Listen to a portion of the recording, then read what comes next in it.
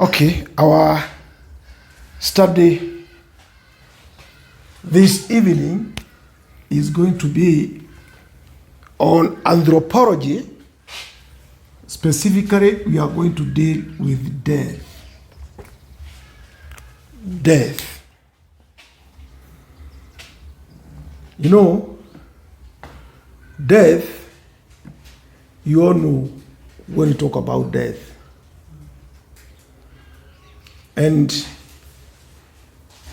in this time, I don't want us to study the second death. We are going to see about the first death, that is the temporal death, that is the death of this body of ours. That's what we are going to study.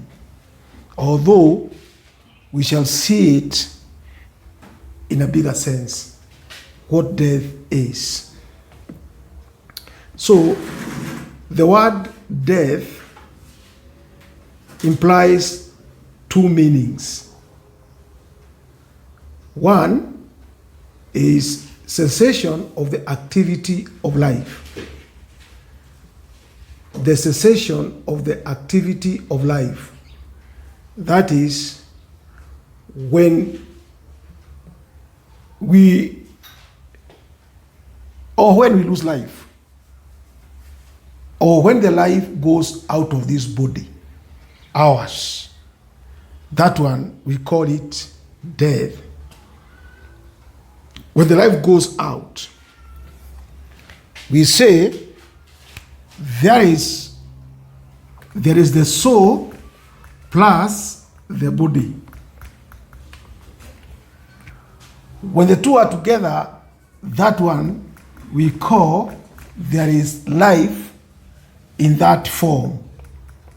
There's life in that form.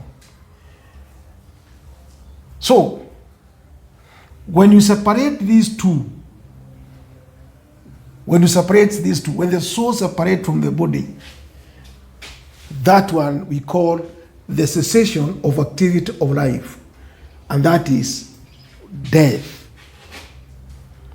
That one we call it death. Another meaning is annihilation of the form. Then, after there is separation of this, then there is annihilation of the body. Then the body is annihilated. When we say annihilated, it is completely destroyed.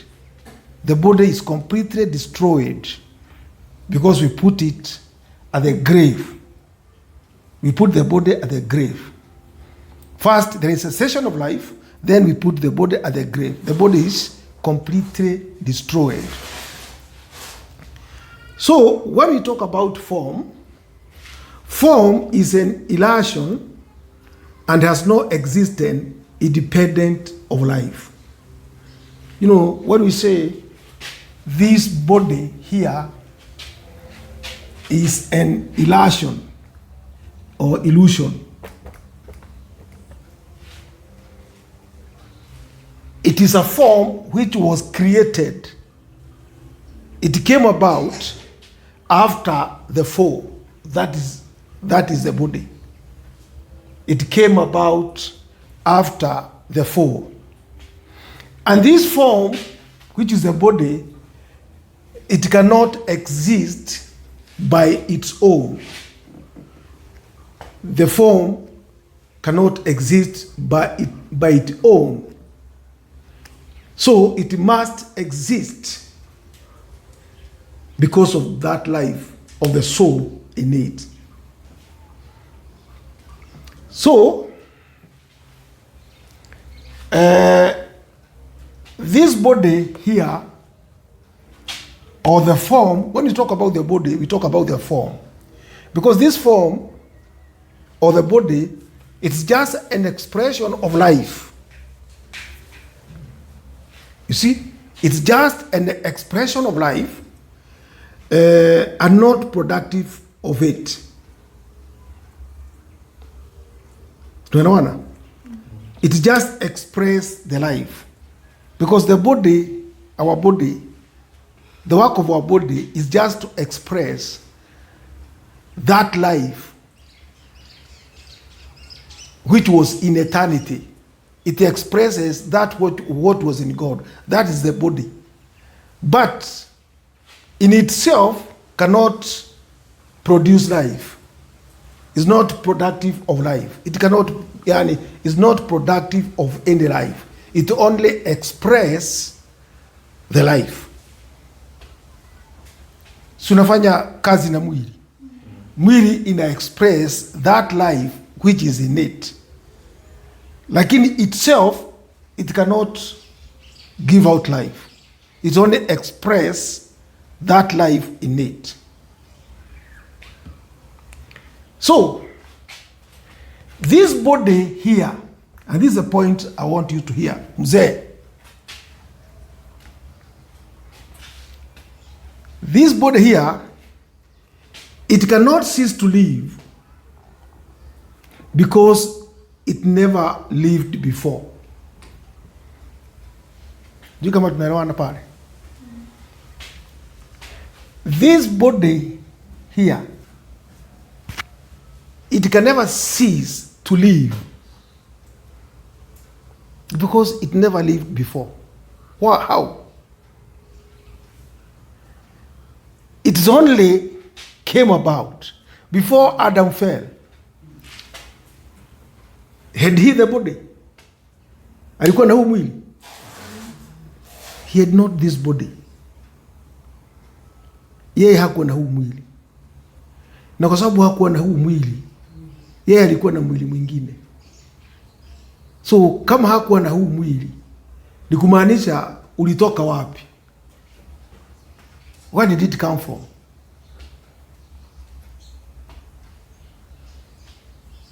Where did it come? So there is a starting point of this body. True? Okay. And if there is a starting point of this body, then it means this body, because in the first place, it has no life in it. Tunaona pale? It has no life to it. So, does it die? Yeah? It dies. If it has no life, if there is no life in it, can it die? Yeah. No. Sikiza hapa. It cannot cease to live because it never lived before. Because it was just acquired. So it was not there. Kwa hivyo sasa ni kumaanisha, yani if it never lived before, well, yani can it cease to live? No. Tumeona angalieni hapa vizuri. Kwa sababu haikuwa na uhai. Sasa haiwezi kuwa na uhai. Haikuwa na uhai. Sasa haiwezi ikiweko uhai haiwezi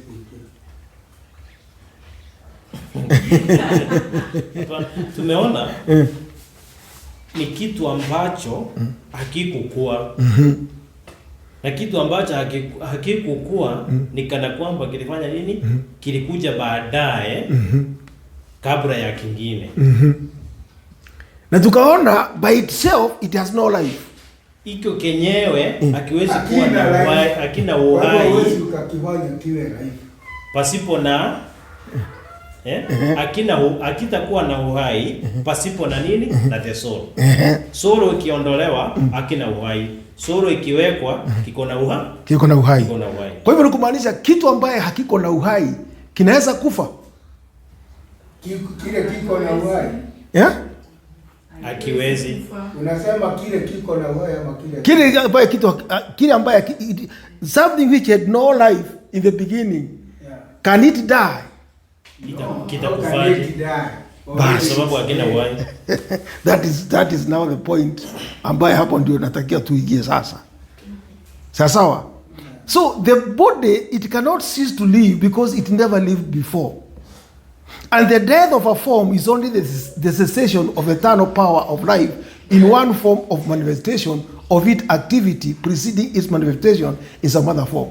Ni kumaanisha this life, ni kumaanisha this body or this form in itself is given life by the soul. And if it had no life, so there's nothing, this thing cannot die. Or the only thing, it came about through from a certain principle, and then after you remove the soul, it is going to go back to where it was. It was. It will just go back to where it was. Yes. And where was it? In the ground. Yes. It will just go back. Because it had no life in the beginning. Na sasa the soul imeondoka, it is just going to change form and go back to its form. So in the first place, it had no life in itself. It's only a form. So it's just going to go back to its first form. Huh? So the soul also is going to go back to where it came from. Because they only combine to make an expression of something. Na hii ndio hiyo expression of our body tunaona tunatembea hapa duniani. So the soul is combined with this body, imepatiwa this body. Na wakati this body wakati imepatiwa, it's something without life in itself. It's just a form. Because immediately you remove the soul, that form, it is not going to die. It's just going to go back to where it was. Otherwise, kama ungeendelea kuwekwa the soul, that form ingefanya nini? Ingeendelea. Kwa hivyo, the life of the body does not depend on itself. It depends from where? From the soul? From the soul. Yes, at that time, naona tuko sawa. So, life itself cannot die or annihilated because it is not born of a form. That's why life itself cannot die. Life itself cannot die. That means the life, it never came from this form of the body. That's how. The life, the soul also came from somewhere. So when they separate, that's what we call death ourselves. But in all, when we take the sense of death, tutaangalia tu kwa sababu sisi tunaelewa kifo ni wakati mtu amezikwa pale mtani. Lakini sasa tunataka tuangalie in another level. Because tukiangalia in another level tutaona the soul itself is the life. And life cannot die. Because the soul of man is immortal. It comes from God. It cannot die. At the same time, the form also cannot die. Because in the first place, it had no life. It is just going to change a form and go back to where it was. So, ni kweli? So, the life is an eternal power that has always existed and always will exist. The life of the soul. Sasa hapa ndio life. Sasa wachana na form sasa. The life of the soul has always existed and always will exist. Hakuna wakati hiyo itakataa kuexist. The moment they separate, the life is going back to where it came from. So, life is a function of God and will always exist as long as God lives. That's life. It will always exist as long as God lives. And the soul of man comes from God. Kwa hivyo kusema the soul of man will always exist because it comes from God. And life comes from God. So, before we can expect to die, we must first come to life. True? before we can expect to die, we must first come to life. You know, here sasa, when we say before we expect to die, we have seen that the soul itself cannot do what? Cannot die. We have seen also the body of our body here cannot also die. So when we say before we come to expect to die, we must first come to live, we mean this. We mean the separation of the soul and the body. That's what we call death. Tunaona pale? And before we come to die in this sense, we must first come to live. That means the soul and the body must be connected. Ndio sasa tugoje tufanye nini? Tukufe. So, life cannot cease to be active in a form as long as it has not become active therein. That means life cannot cease to be active in a form as long as it has not become active therein. Kwa hivyo nikumaanisha life, because it is started not from the form. The life started not in the form. Kwa hivyo nikumaanisha as long as it never started from the form, when it connected with the form, nikumaanisha life will always ever exist. Hakuna wakati life itafanya nini? Itaisha. Kwa hivyo tuseme ati life imeanza ati wakati mwili tena umekutana na nini? Na nini? Because that life was there. So, this is the point. There are two kinds of life in man. Sasa hapa ndio tuangalie sasa tuone vizuri. There are two kinds of life in man. The divine and the natural life. Sasa hapo tunaelewana? There is that divine life and the natural life. And when we say divine, we mean when this soul and body are connected, the soul comes from God. And when the soul comes from God, in itself, before even it combined with this body, it is divine. It is divine. And if it is going to combine with this body, and the body becomes obedient to the soul, still that body is going to be divine. Tunaelewana? And if this soul, without the divine power of God, it can remain connected with the body, that's what we call natural life. Sasa, narudia. There are two kinds of life in man, the divine and the natural life. If the natural life ceases to be active in man, the man dies. So, wakati Adam aliubwa, when God created Adam, he created him akiwa divine. But when he fell, na akapatiwa mwili, akawa na what we call natural life. Sawa? Akawa na what we call natural life. So hapa ndio tunasema, if the natural life ceases to be active in man, the man dies and he will then be conscious only of the life of his spirit. Ni kumaanisha, this natural life, it is the life that we call it natural. Because unless you are born again in Christ Jesus, that's the time you are going to have a divine life.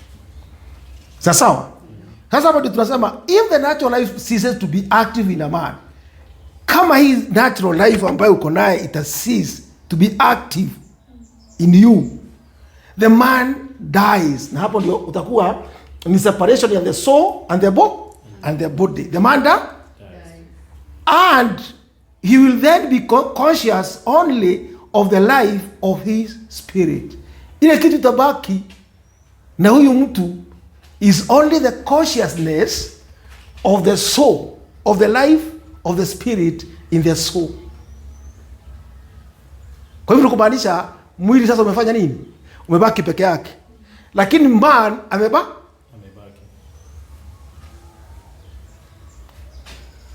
Mwenye alikuwa kwa mwili amefanya nini? Ameenda lakini ako wapi? Ako tu.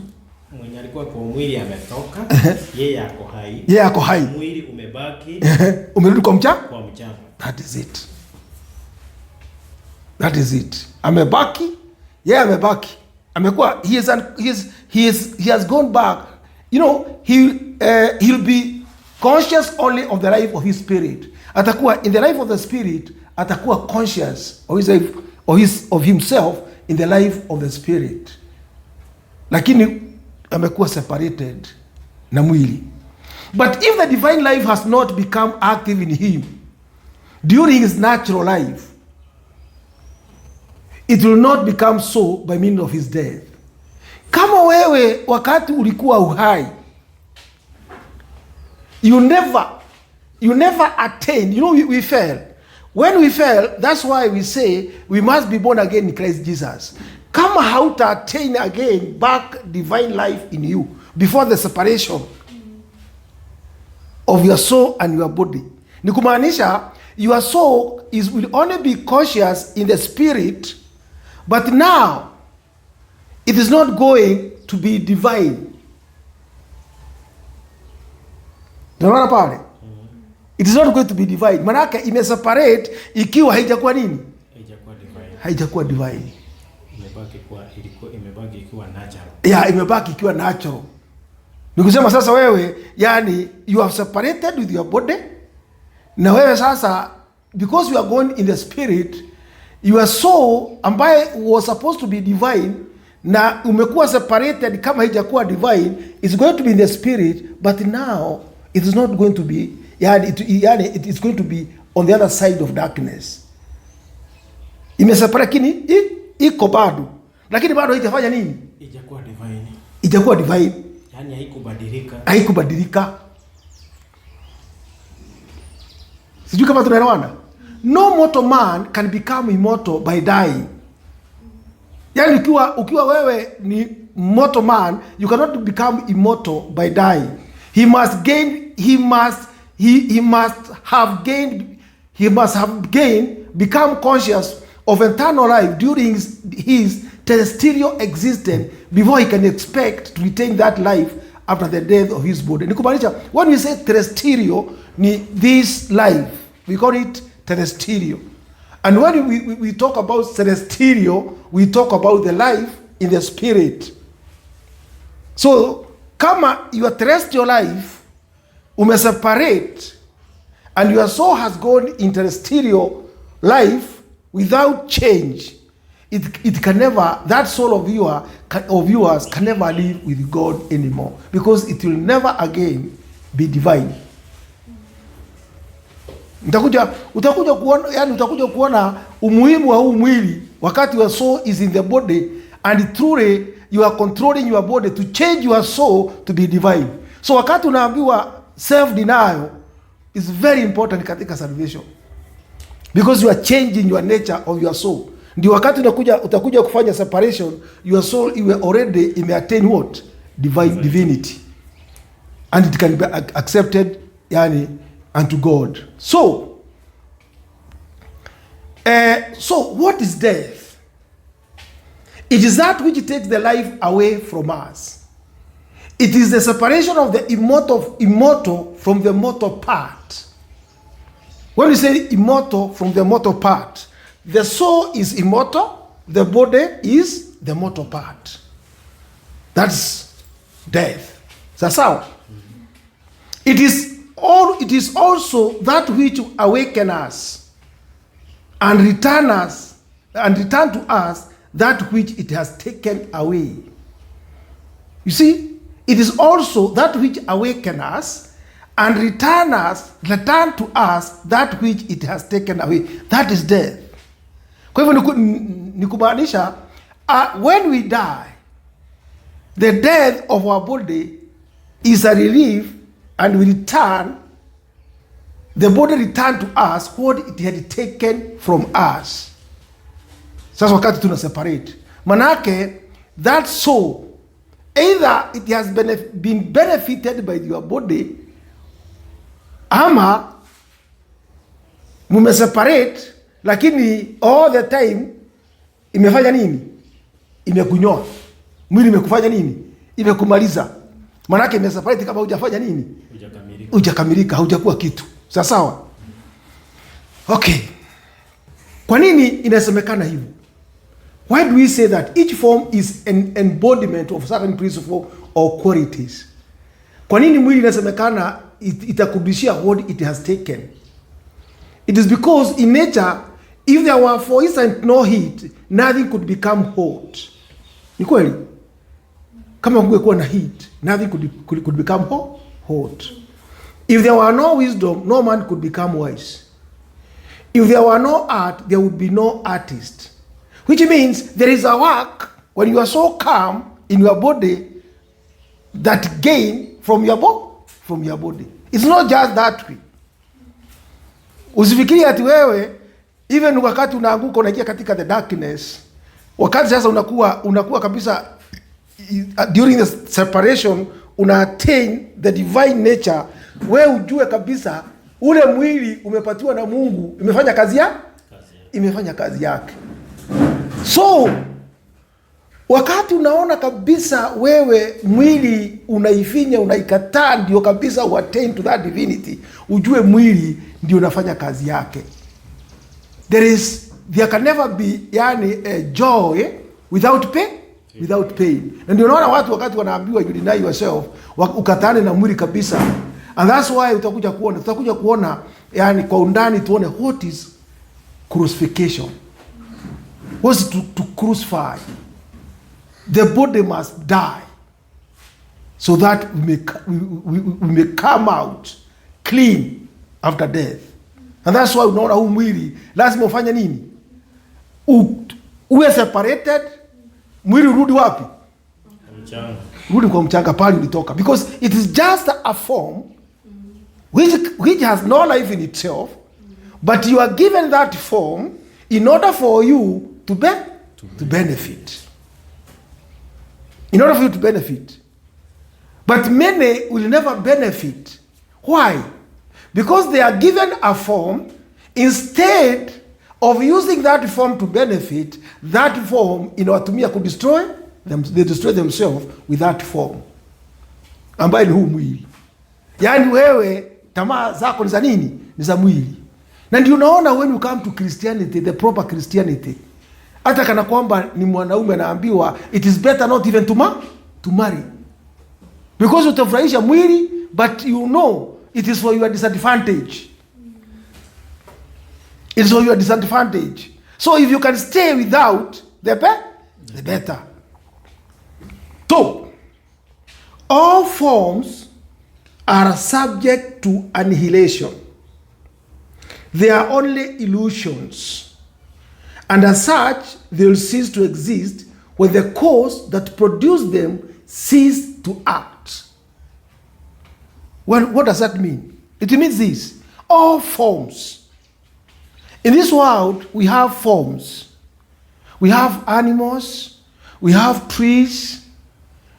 We have men with this body. Wanatembea hapa duniani. All these things are illusions. What is illusion? Ebu angalia tuone kwanza illusion ni nini.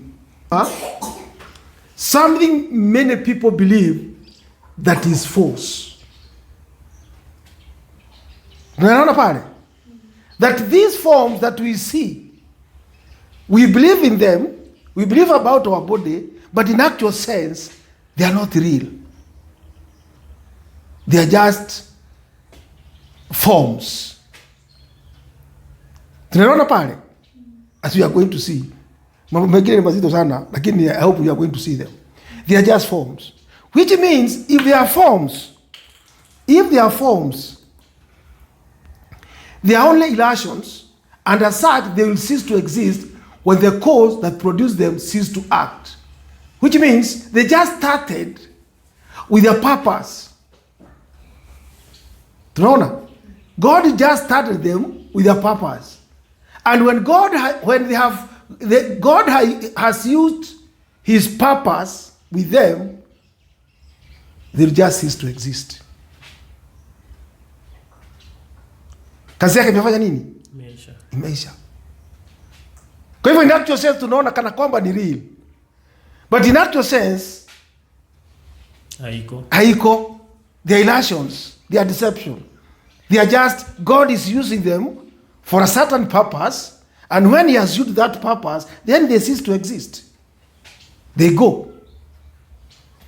And that's why even man today has never understood. Man at his highest, wakati anatembea hivi kwa sababu ya pride, unakuta ameenda wapi? Kaburini. Kwa hivyo kumaanisha nini? Hiyo mwili yake ilikuwa nini? Deception. It was not real. It was not real. Nini ilikuwa real? Only the soul? The soul.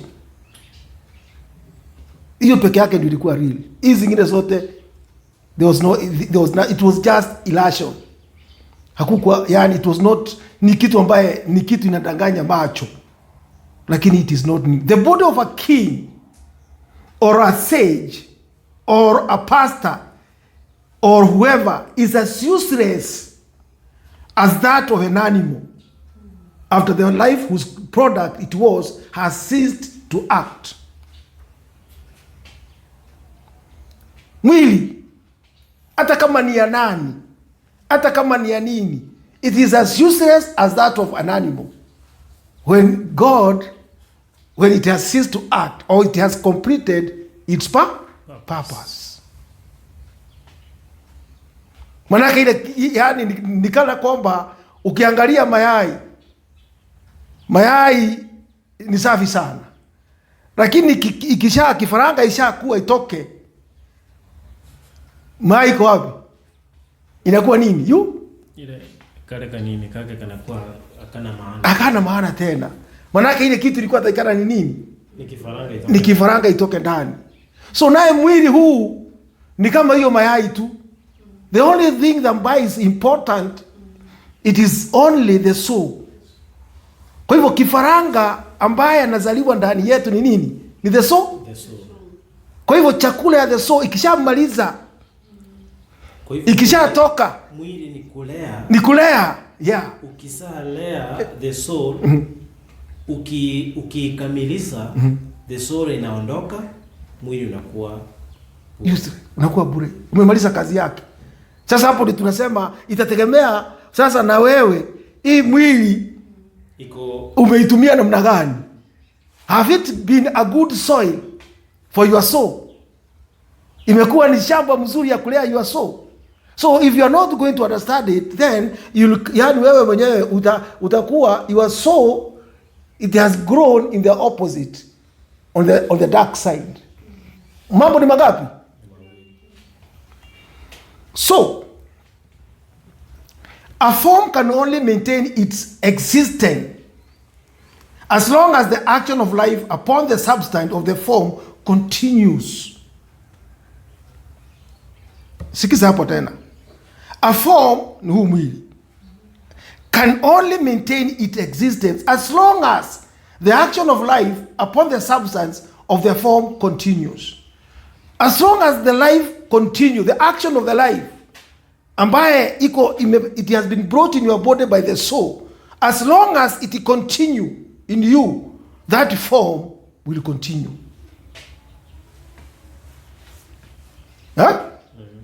That form utafanya nini?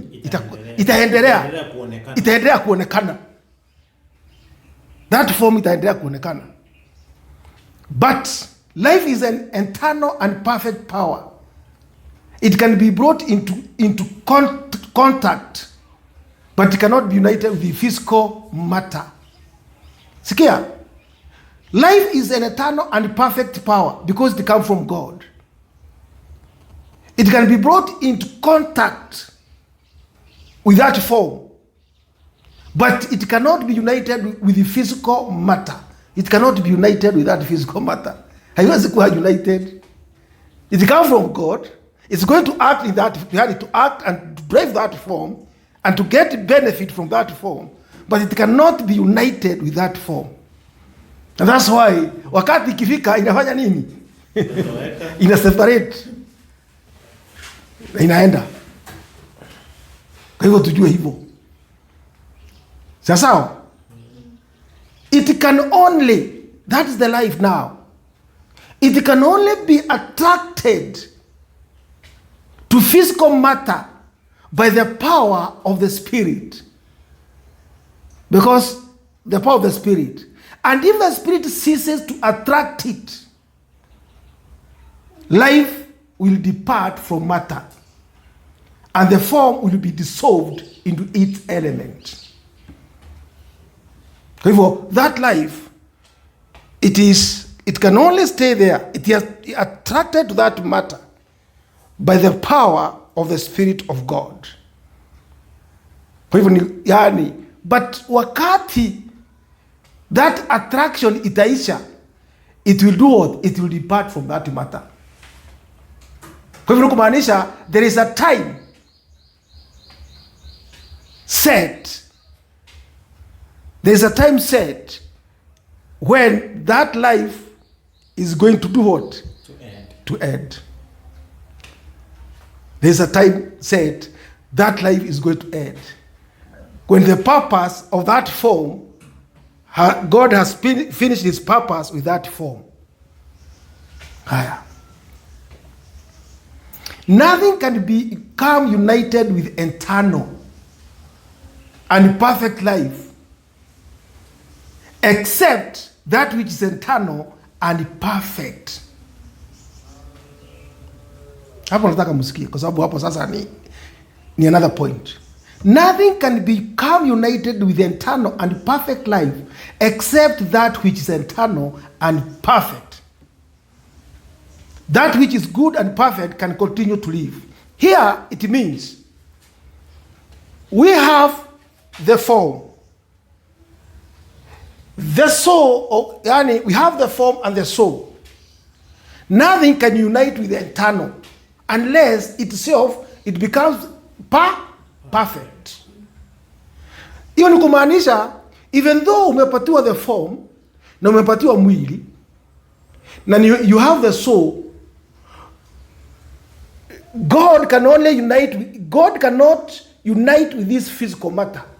He is very separate, but he can operate through that physical matter.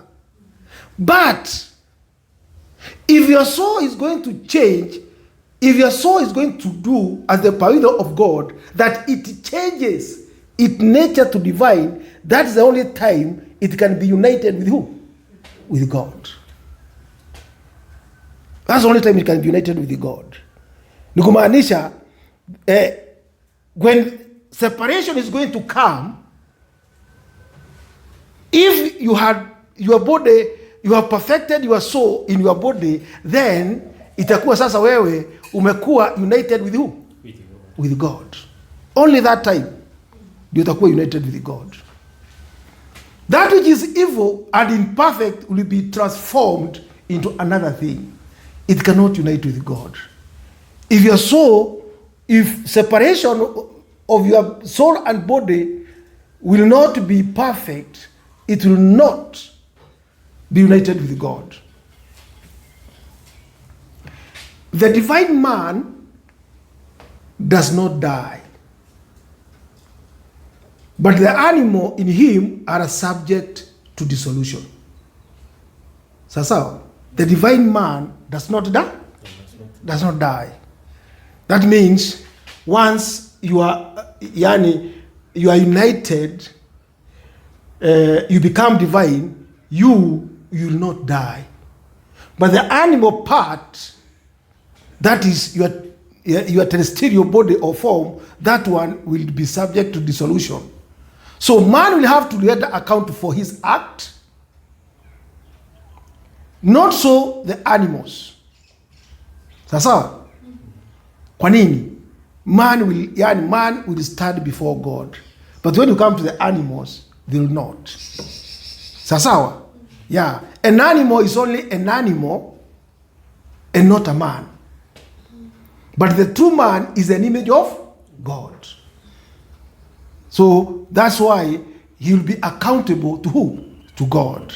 But when you come to an animal is not accountable unto anything. That means, hata huu mwili, this animal body, it is not accountable to anything. Kwa hivyo jue, yale yote umfanya na huu mwili, na mikono yako, na whatever, yote, that which will serve, not the body. Tunaelewana pale? It is the soul. It is the soul. Because this is an animal body. Kwa hivyo, if it has no life, it can do anything. Ukiambia chukua, yani shoka ukate mtu, itafanya nini? It will just do that. It is acting like an animal. Sijui kama tunaelewana. So the intelligence comes not from your body. It comes from your soul. Kwa hivyo, whatever the body will do, that one, haina judgment. Mwili huu. Because it will not be judged. It has no life. And you know, it is just a form. So, an animal man is that what the animal in him makes of him. An animal man is that what the animal in him makes of him. Mtu akiwa mtu mbaya, if somebody become a murderer, if somebody become whatever, the only thing that is making that way, it is just that animal nature in him. Not the divine nature of God. No. Tunaelewana pale? Yeah, it is the animal nature in him ndio inamfanya awe nini? Awe hivyo. So, an animal man is that what the animal in him makes him.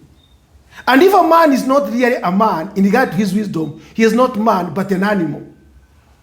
Kwa hivyo kumaanisha mtu, if somebody cannot use wisdom as a man, afanye mambo zingine ambayo hazieleweki, hata sisi uanga tunasema huyu mtu ni kama mnyama, ni kama mnyama. We call them tuanga hata sisi tunajua tunabadilika mtu. Hii watu wengine hata hawafanyi kama watu. Watu wengine wamekuwa kama wanyama. That's what we say. It is true. Ni kwa sababu yeye, he is driven by the animal and by an animal nature in him. So here we say, the spirit of man comes from God, and when the body dies, the spirit returns to God. The body comes from nature and return to nature. So hapa ndio sasa tunaambiwa mwili inarudi back to where? To nature. Na ndio unaona mwili inawekwa kwa mchanga, inakuwa kama nini? Kama mchanga. So no man becomes raised in the flesh of Adam and Eve, but in the flesh of Christ. Therefore, that which is not in the flesh of Christ cannot be redeemed. So you can come up with tunasikia. No man become raised in the flesh of Adam. Hakuna mtu atakuja hadi kufanya nini? Kuwa resurrected na mwili wa nani? Wa Adam. Unajua kuna watu wanasema wanasikia wanafikiria wakati Kristo anasema alichukua huu mwili wetu ndio atushidanie dhambi. Hii mwili ambaye amechukua, it is not this animal nature. Tunaelewana? It is an internal body which is spiritual body. Tunaelewana? Hii mwili was only, yani it was outwardly, and it is only to show us truly amechukua mwili watu, because by our body he means here the spiritual body, because Christ came from God and he was spiritual. So when he undertook this body of ours, he took that spiritual part of our body. Kwa hivyo nikumaanisha huu mwili ambaye unaenda pale kwa mchanga sio huu mwili ambaye tutakuwa resurrected naye. Ni mwili wa nani? Wa Kristo. Ambaye huu mwili wa Kristo ni mwili ambaye sio mwili wa nyama na nini? Na damu. Sio ni tofauti. huu mwili tunakuwa resurrected naye ni yule mwili ulikuwa na nani? The first Adam, kama Adam hajafanya dhambi. Na ndio naona Adam, the first Adam, wakati anaenda kunemwa nyama, even bibi yake alikuwa wapi? Ndani. So ile mwili tutafuka naye ni mwili wa Kristo, sio huu mwili. Huu mwili unaenda back to its form, imemaliza kazi yake. Unaenda to the nature, utakuwa umemaliza kazi yake. Sasa ule mwili, wale ambaye watakuwa resurrected, watakuwa resurrected na a Christ body ama Christ flesh. Otherwise they will not be redeemed.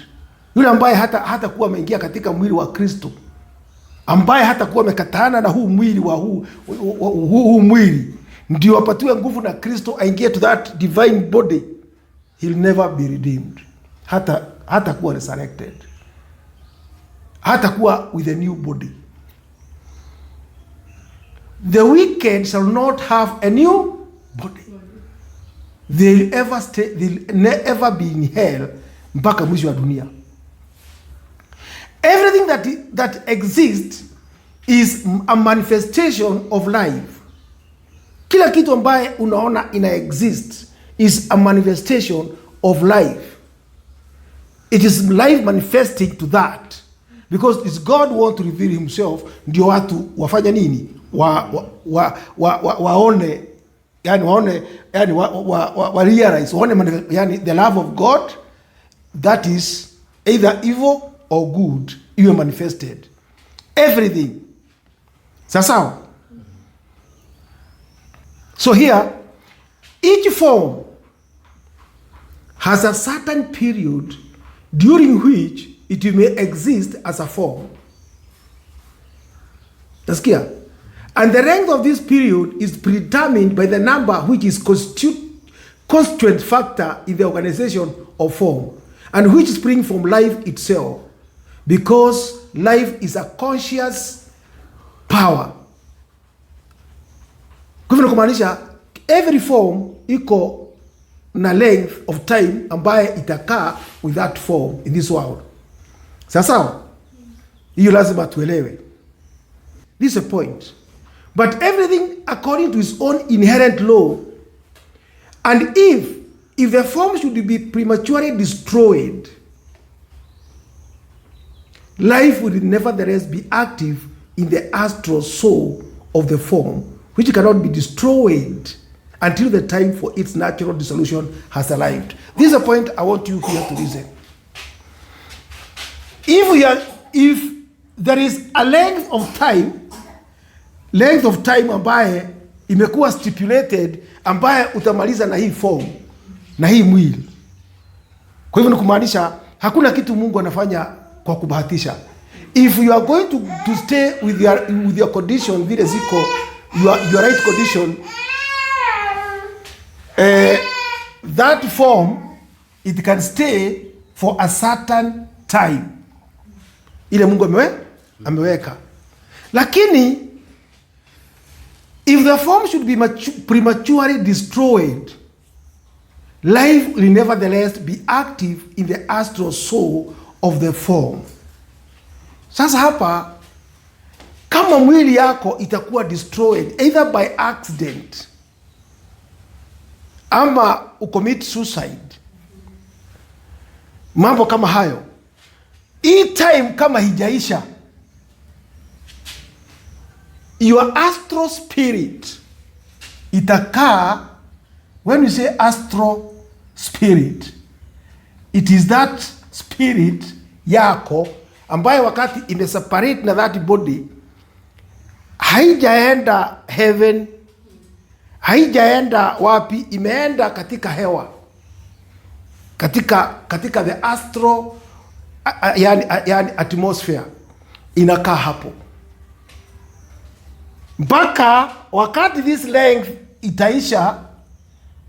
Unajua ulikufa na mwili kazikwa, hii itamaliza muda yake in the astral spirit. Ndio wakati itamaliza hii time ya yule mwili yako ilikuwa imepatiwa, ikiisha ndio sasa hii itaenda unto the celestial level ambaye celestial spirit ambayo ni eternal spirit ndio itaenda, lakini before that itakuwa wapi? Hovering, itakaa. Hawa ni watu wa accident, because accident just happen. Tunaelewana pale?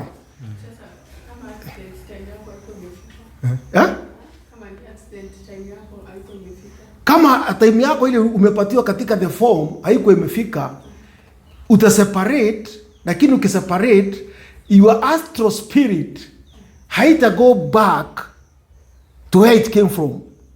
Kwanza itamaliza, tukisema astral ni astram, ni kusema haitaenda mbali, itakaa within. So kuja kuona even vile wachawi wanatumia this astral spirit ya mtu ambaye amefanya accident. Utakuja kuona hata kwa nini ukifanyia mtu makosa umfanyie uchawi ama mambo mengine, you can be haunted by this. You can be haunted by that. Ikiisha sasa yani sasa inarudi back to where it came from. Iwezi rudi tena, hiyo mambo yake imeisha. So if the form should be prematurely destroyed, life will nevertheless be active in the astral soul of the form, which cannot be destroyed until the time of its natural dissolution has arrived.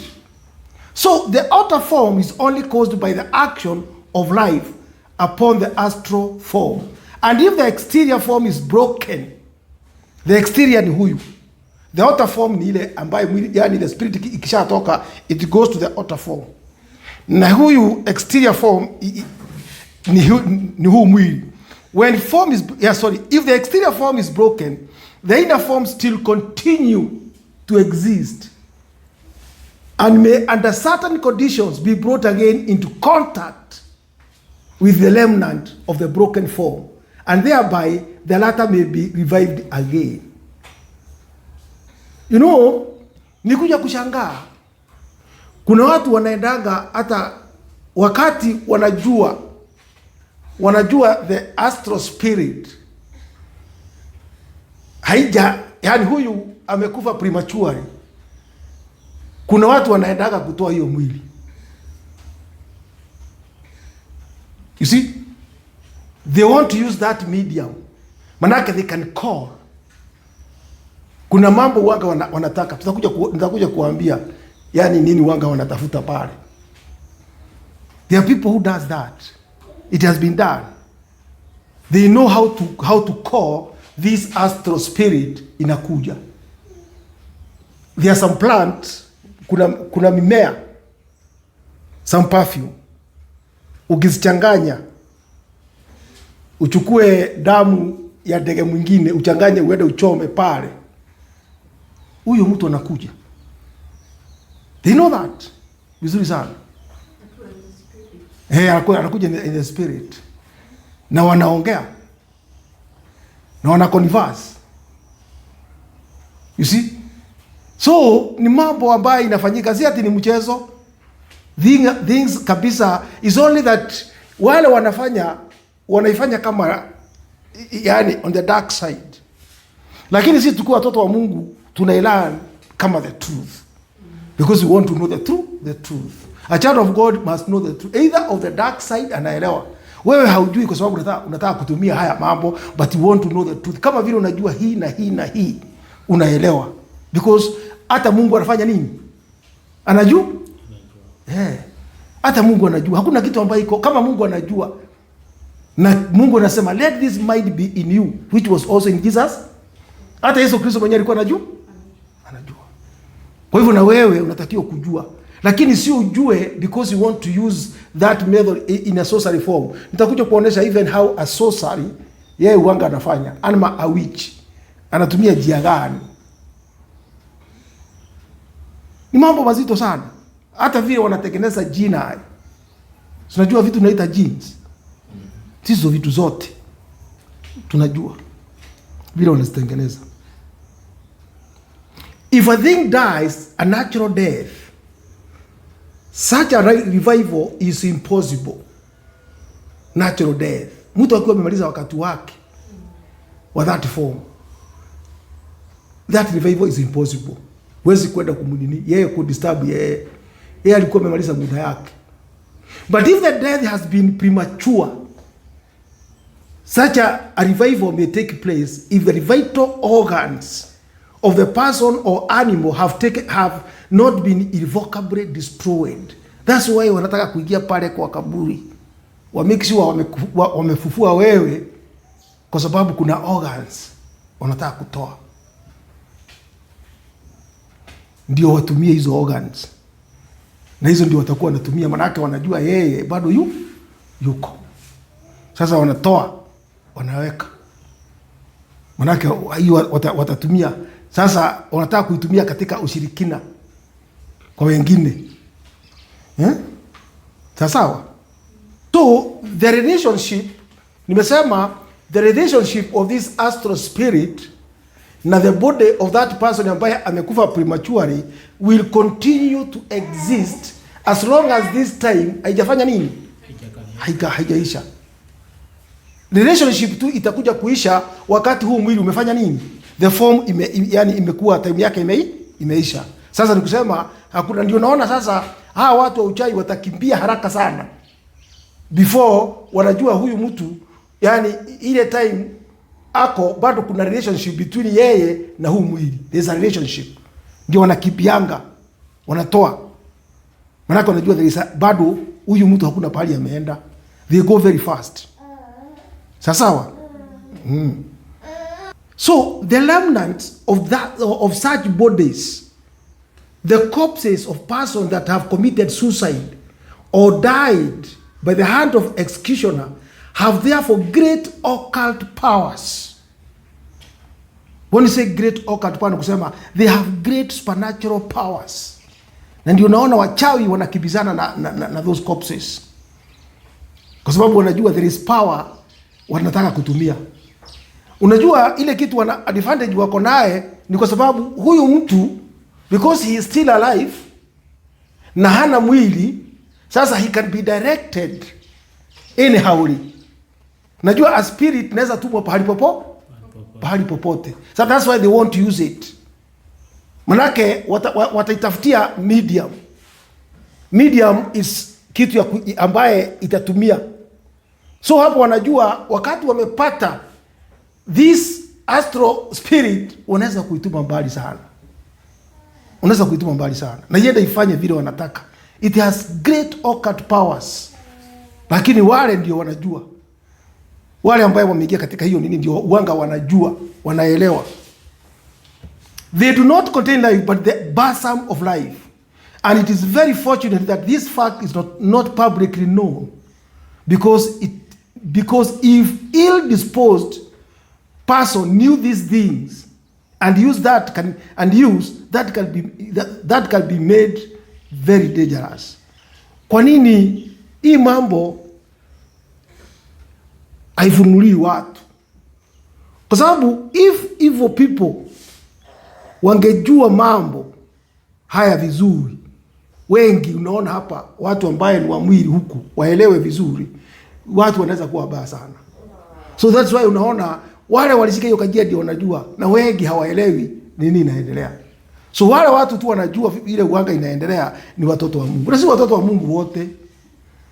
Ni wale Mungu ameona ni vyema awafunulie na wafundishe. Ndio wafundishe wale watoto wa Mungu wengine. Manake wao hata wakijua hawezi kuitumia vibaya. Many, if they know this, they might use them for sorceries and evil purposes and inflict much suffering upon others. Wengi kama wangejua some of these things vile zinafanya kazi, wangezitumia kwa njia mbaya sana. Na ndio unaona wale wachache wanajua hivyo ndivyo wanafanya. Sawa? That means there is something incorruptible and eternal and something corruptible and temporal in a man. And he may use his free will to identify himself either with the one or the other. Sawa? If he find himself, if he identify himself with nature, he'll have to be transformed by her. Nasikia? kuna corruptible, incorruptible and eternal. Na kuna corruptible and temporal in man. Those are two types of nature. There's something in man that is incorruptible. And there's something in man which is corruptible. That which is incorruptible is eternal. And that is corruptible is temporal in a man. And he may use his free will to identify himself either with the one or the other. Kwa hivyo, mtu akiwa katika huu mwili, you must identify yourself between these two. Kama wewe, you have something in you which is corruptible. Ni kumaanisha wewe ni mtu wa mwili. Ama you have something in you which is incorruptible and eternal. That means there is something divine. For example, if this person happened to die with accident and a child of God, these sorcerers will not be able, they cannot do anything with that astral spirit yake. Hawawezi. Hata wakijaribu kuita hii haiwezi kuja. Hiyo ndio advantage ya kuwa Mkristo wa kweli. If they try, hawezi. Hata wakienda na hizo vitu zao pale za kuita, hizo wanachoma. Wakienda pale kwa kaburi wajaribu kuichoma ndio waite that astral, that medium. Hiyo ya a child of God, it cannot come. Iwezi kubali. Na hapo wanajua huyu sio wetu. Lakini ukiwa wewe, you have something incorruptible in you. Hata kana kwamba unaenda kanisa kutoka asubuhi mpaka jioni, watakutoa. So if a man identify himself with nature, he will have to be transformed by her. Kama wewe kabisa, you have something incorruptible, and wewe you identify yourself wholly with nature ama the form, wewe ujue kabisa you can never go to heaven. Hawezi. If you identify himself with the divine spirit, he remain that which he is. Kwa hivyo kumaanisha identify yourself with that incorruptible nature in you, that means you have a divine principle in you. Wewe kabisa uko gangari. Tutakuja kuona wacha hata hii. Utakuja kuona kuna Scooby, whatever, many evil spirit in the air. Mpaka zile za kutupiwa. Kuna zingine za kutupiwa. Kuna zingine za mtu kukushika mawazo yako. How somebody can make even you mad. Hizo zote unakuta wewe ukiwa mwana wa Mungu hauna nini? Hautakuwa, nobody can affect you. Atajaribu lakini ataona hapo, hata atasema hapo unagonga nini? Hapo unagonga mawe. So there is no death to be feared except that which result from becoming unconscious of the presence of God. Hiyo ndio kifo peke yake unatakiwa kuogopa.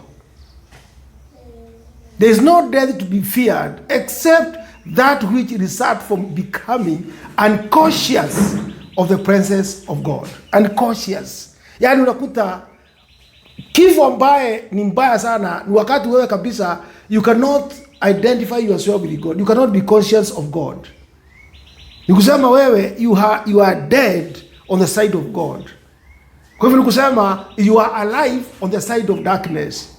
That's why unakuta the evil spirit zote of the darkness, they can work upon you. Hiyo ndio ile kifo mbaya sana, kuwa umekufa pande ya nani? Ya Mungu. Manake wewe sasa umekuwa vulnerable to every type of spirit. Sawa? Lazima haya mambo tuyaelewe. Na ni mambo mazito na ni mambo mazuri, kwa sababu ni mazuri sana. When God will allow, we shall come and see another topic ambaye tunaita pneumatology. Pneumatology that is the study ya the spirits, how they work, vile zinafanya kazi. Hii mambo yote tunaona inafanya, all those things, God willing, tutakuja kujifundisha diposa tuelewe na tujue. Sawa? Kwa sababu tusipofanya hivyo itakuwa mbaya sana. Itakuwa mbaya sana watu wa Mungu kukaa bila kuelewa ukweli ambayo wanatakiwa kujua. Wao wanaogopa sana wakisikia mambo, watu wakipatiana mambo wanastuka sana. Kumbe ni mambo mnatakiwa kuwa mnajua. Na mnajua ndio msaidie nini? Msaidie watu. Sawa? Amen. Sawa.